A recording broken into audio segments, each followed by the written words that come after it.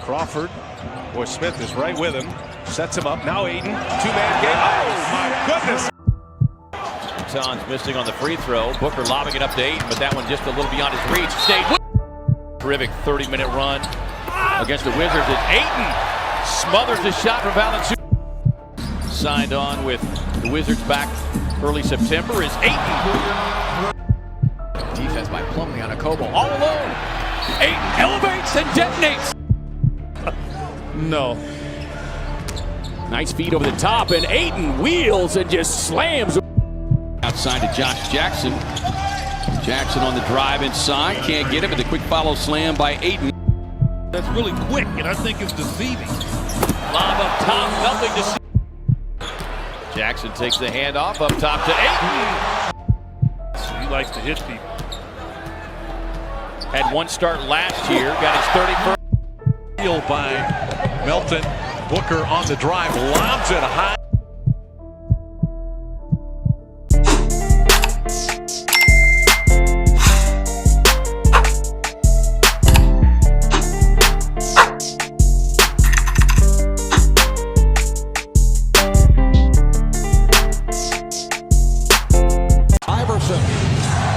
Bothered by Lou. I just shot my shot at this little dot. I'm trying to crit that neck on her big neck. My niggas selling crit. What's up, YouTube? It's Jerome back in the video with a big body banger. Two video. Now, first things first, make sure you like and subscribe before you know what I'm saying. Today, I'm the builder on your local corner puncher with this Deandre Ayton current gen build video. So it's just requested a lot of times. A lot of y'all really wanted to see this, especially earlier in the season. But here it is today. You know, he just signed a very big, meaty, beefy, juicy, hefty contract extension, or whatever contract it was, and you know, pause, but like, it was big. It was like $133 million. Bro, he is not a $133 million center, but that is what he signed. And I mean, I don't really know what the Suns see in him to offer him that much more money, because the Pacers obviously offered him that and the Suns matched it. But still, that's a lot of money. But you know, he's getting his bag. He's definitely a top 10 big man in the league right now, you know, top 10 center for what he does, double every year that he's played for the most part, including his rookie season. So that's been cool to see. Without further ado, let's get right into the pie charts that I used for this Deandre Ayton build video. All right, so you see I used the finishing and shooting pie chart balanced, just because Deandre Ayton is a very crafty post scorer, but he also is very explosive. He could dunk on his defenders, and on top of that, shoot from the mid-range area, post fade. He can occasionally shoot threes, but I wasn't too worried about that. And on top of that, he's an excellent rebounder and a good shot blocker. So it was either that or a green and red pie chart, which one captures post scoring. And for the physical profile, I went with the balanced pie chart. But yeah, so I don't think with Deandre Ayton, the red and green pie chart would have done him justice, just because his post control would have been too low, and his defense isn't anything extraordinary. It's just that he's a great rebounder and a pretty good shot blocker, you know, but it's not anything that warrants a red pie chart.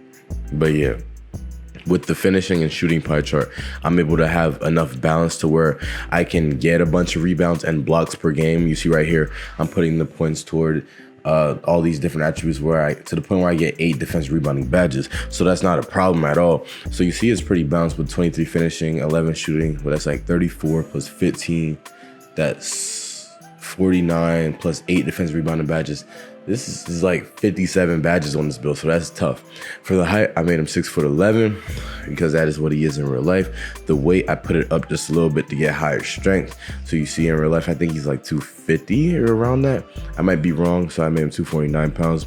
And for the wingspan, I went up to 92, just so I could get that higher block and rebounding rating. Once again, there is no red in this pie chart, so I was really trying to make sure that he could still rebound and block consistently. And you see with the takeover, I went with post-scoring takeover, and I've built an interior finisher build, which is a good name for a Deandre Ayton type of build. But yeah, I wasn't too much worried about three-point shooting. You know, he only shoots about, I think the numbers were about like 8+ threes a year, you know, like around that. It's not anything extraordinary, maybe over 10 threes a game. That, I mean, that he'll make. So not 10 threes a game, 10 threes a year, my bad. But still, with this build, I was able to put enough points toward that defensive rebounding to make him a beast in the paint, where he is blocking shots and rebounding, while also making him a beast in the post, where he can still, take it, finish that lay, dunk on defenders, big man dunk, contact dunk, just do what he has to do in order to be a dominant in the floor and on the block. But yeah, with the actual build, I definitely had a good time. It was definitely very practical, practical post scoring type of build. I could get up and down the court really fast, and I could put any defender in the post and just size them up, post spin, drop step, etc. Assert my dominance on that player. That sounded very Andrew Tate-ish. I'm sorry, but still, I was asserting my dominance on these players, and I was doing what I had to do. Now in real life, so Deandre Ayton, I feel like he has so much potential, and also he's like 22 years old, but he looks about 40. I don't know if y'all see it, but I see it. He just looks like a 40-year-old man already. But still, he's like 22. He has so many more years to actually get to his prime, and he has all of the skills. Like, he's built strong for no reason. Man has the post-scoring footwork. He has the rebounding ability, the shot blocking ability, but he's just good at it all. He needs to become great at it all. And I think the Suns really would need that out of him. So at the point where he's averaging 20 points a game and maybe 12 rebounds a game, 2 blocks a game. Like, he can definitely do that, which is what I think the Suns see in him for them to offer him that much money, because they definitely know the type of player that he can be. They know that he can do all of these things, but the thing is, he's not that type of player right now as we speak. So it's hard to really see what's going to happen. But we all forget that it's only been 3 years with him in the league, or 3 or 4 years. It hasn't been that long with him in the league, but still, he's been a dominant force ever since his rookie season, when he averaged a double-double. He's been a dominant force. He's done the things that he needed to do in order to make sure that the Suns were contenders and make sure that the Suns won. So, I think we need to keep all of that in mind. So he definitely has more years to develop and grow, and hopefully he becomes to that big man that we all know that he can be, and the Suns think that he can be, because obviously right now he's not there. He still has a long way to go, but at the end of the day, it's the NBA. He's going to develop whether you like it or not, and he's going to develop into some either amazing or some that's underwhelming, some that doesn't live up to his expectations as a draft. But I think he has already lived up to those expectations, at least for his first 5 or so years. Within those first 5 years, he's definitely lived up to it.